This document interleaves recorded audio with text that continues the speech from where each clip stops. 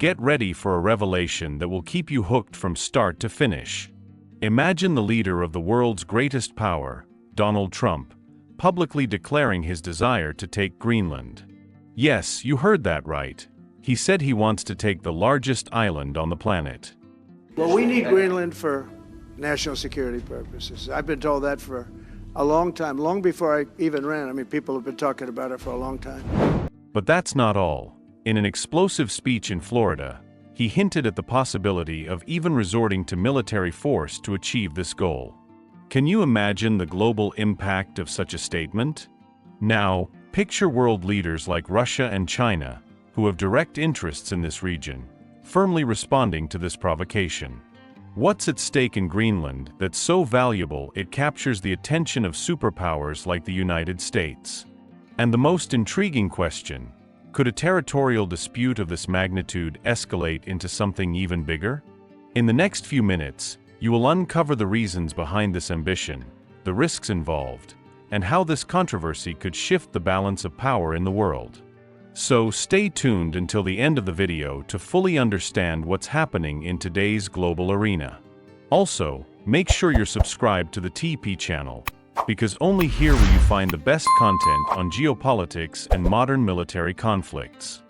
To understand what's at stake, we need to answer a question that many are asking right now: why Greenland? Why so much interest in a gigantic island covered in ice? Well, to grasp the importance of this region, let me show you where it is. Greenland is an autonomous territory that has belonged to Denmark for over 600 years. With a population of just 57,000 inhabitants, it is strategically located between North America and Europe. And here's the first important detail: Greenland's location is absolutely crucial from a military perspective. It is part of what strategists call the geopolitical gap, which includes Greenland, Iceland, and the United Kingdom.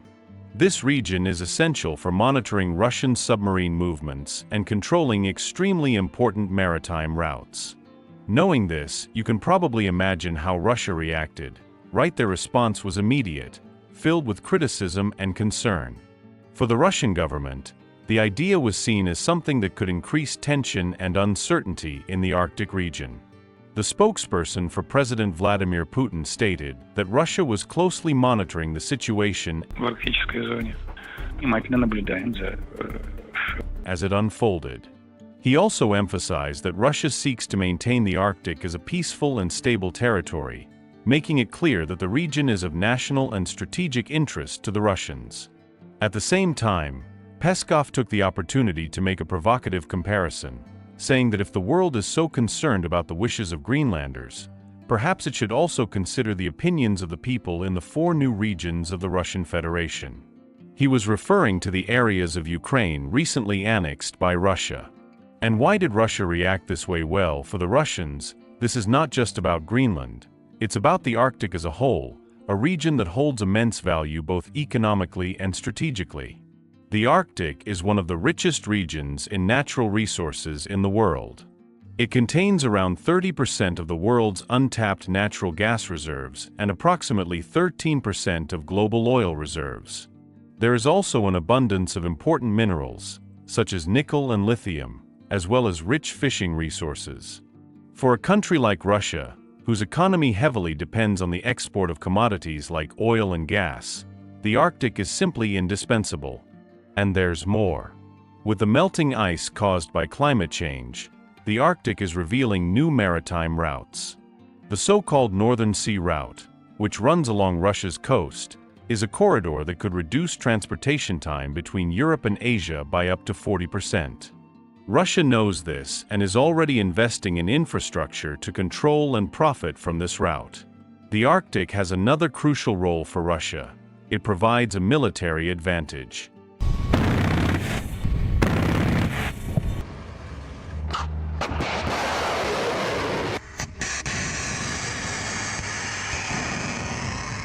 It is vital for Russia's defense system, especially its arsenal of nuclear submarines that patrol these icy waters.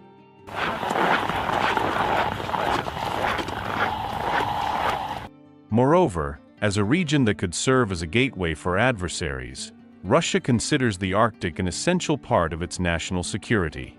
This is one of the reasons why Putin has been militarizing the region in recent years.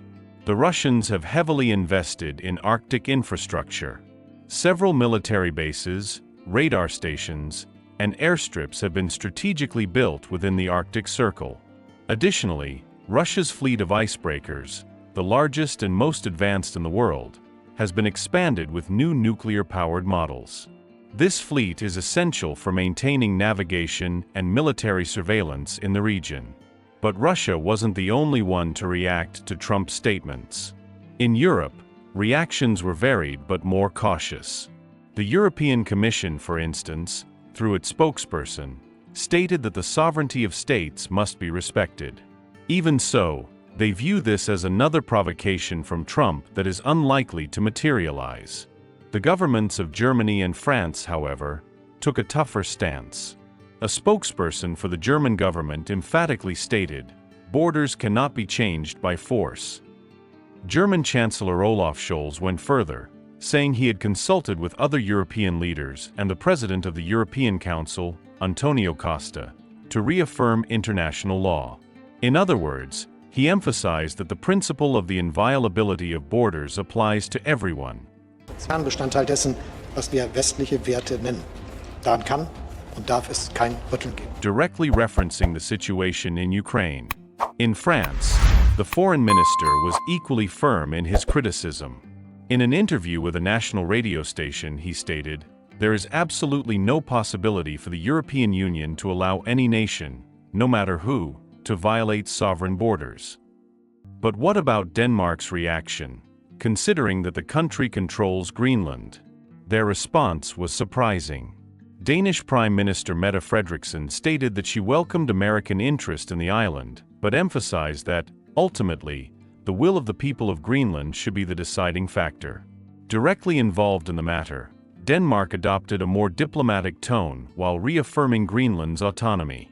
Frederiksen stated, "As close allies of the United States, I believe there are reasons to welcome their growing interest, but this must be done in a way that respects the people of Greenland." She highlighted the historic ties of cooperation with the United States, avoiding direct confrontation but making it clear that any initiative regarding Greenland must consider the self-determination of its population. Few people know this, but this isn't the first time Trump has shown interest in Greenland. In 2019, during his presidency, he had already tried to buy the island. At the time, Frederiksen called the idea absurd, and Trump, offended, canceled an official visit to Denmark because of it. But now, the situation seems completely different, and here lies a great irony. Did you know there is an agreement between the United States and Denmark in which the Americans committed to protecting Greenland from external invasions? Now look at this. The potential threat is coming from the very ones who were supposed to protect them. There's another point to consider. For many, the U.S. interest in the island is primarily military. After all, the GIUK gap, which we mentioned earlier, is an essential maritime route for NATO. Moreover, through this passage, the Americans can closely monitor Russian submarines. But is the interest only military? Take this into account. Both the United States and Denmark are NATO members. For this reason, the U.S. already has a significant military presence on the island, including the Thule Air Base, which was recently transferred to the United States Space Force. Additionally, Greenland has the world's second-largest reserve of rare earth minerals, along with vast offshore oil deposits. With the melting Arctic ice, these resources are becoming increasingly accessible. So, here's the question. What do you think Trump's true intentions were when he made this statement? But what would happen if the United States actually decided to take the island? According to a report published by Politico, it would likely be the shortest war in history. The United States has the world's largest defense budget, nearly $1 trillion, and armed forces comprising 1.3 million personnel. However, the prevailing opinion is that, in this hypothetical scenario, Greenland would most likely be purchased by the U.S. And, in that case, there's an interesting historical precedent. In 1917, Denmark sold the Danish West Indies, now known as the U.S. Virgin Islands, to the United States for $25 million. Then, in 1946, President Truman offered $100 million in gold for Greenland. However, today's situation is very different. Greenland is no longer simply a property Denmark can sell. Since 1979, the island has enjoyed considerable autonomy, with its own parliament and prime minister. In 2009, it gained even more autonomy and is gradually moving toward full independence. This brings us to a crucial point in this story.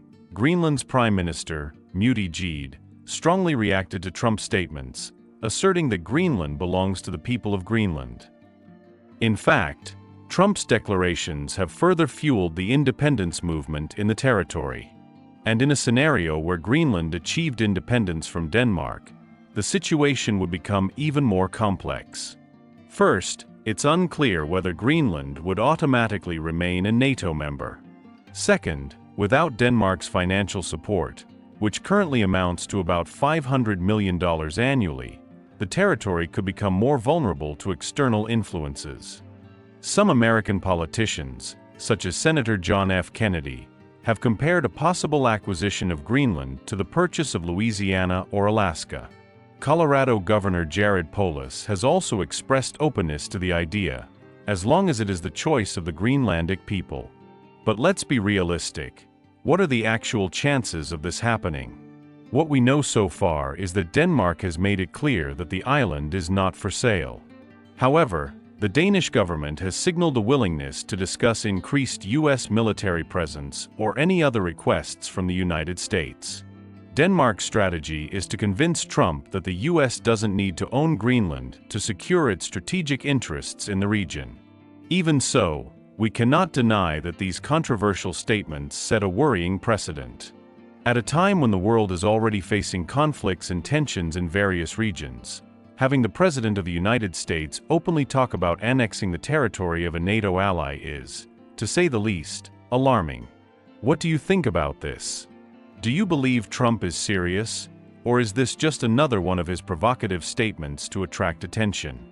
Leave your opinion in the comments. If you enjoyed this analysis, don't forget to subscribe to the channel. Creating content on sensitive topics like wars and military issues is a major challenge. Often, these videos don't generate revenue due to platform restrictions, making our mission to inform even harder. But with your support, this can change. Just subscribe to the channel and leave a like. This helps YouTube recommend this video to others looking for reliable, high-quality, and independent content. Thank you so much for watching, and see you in the next video.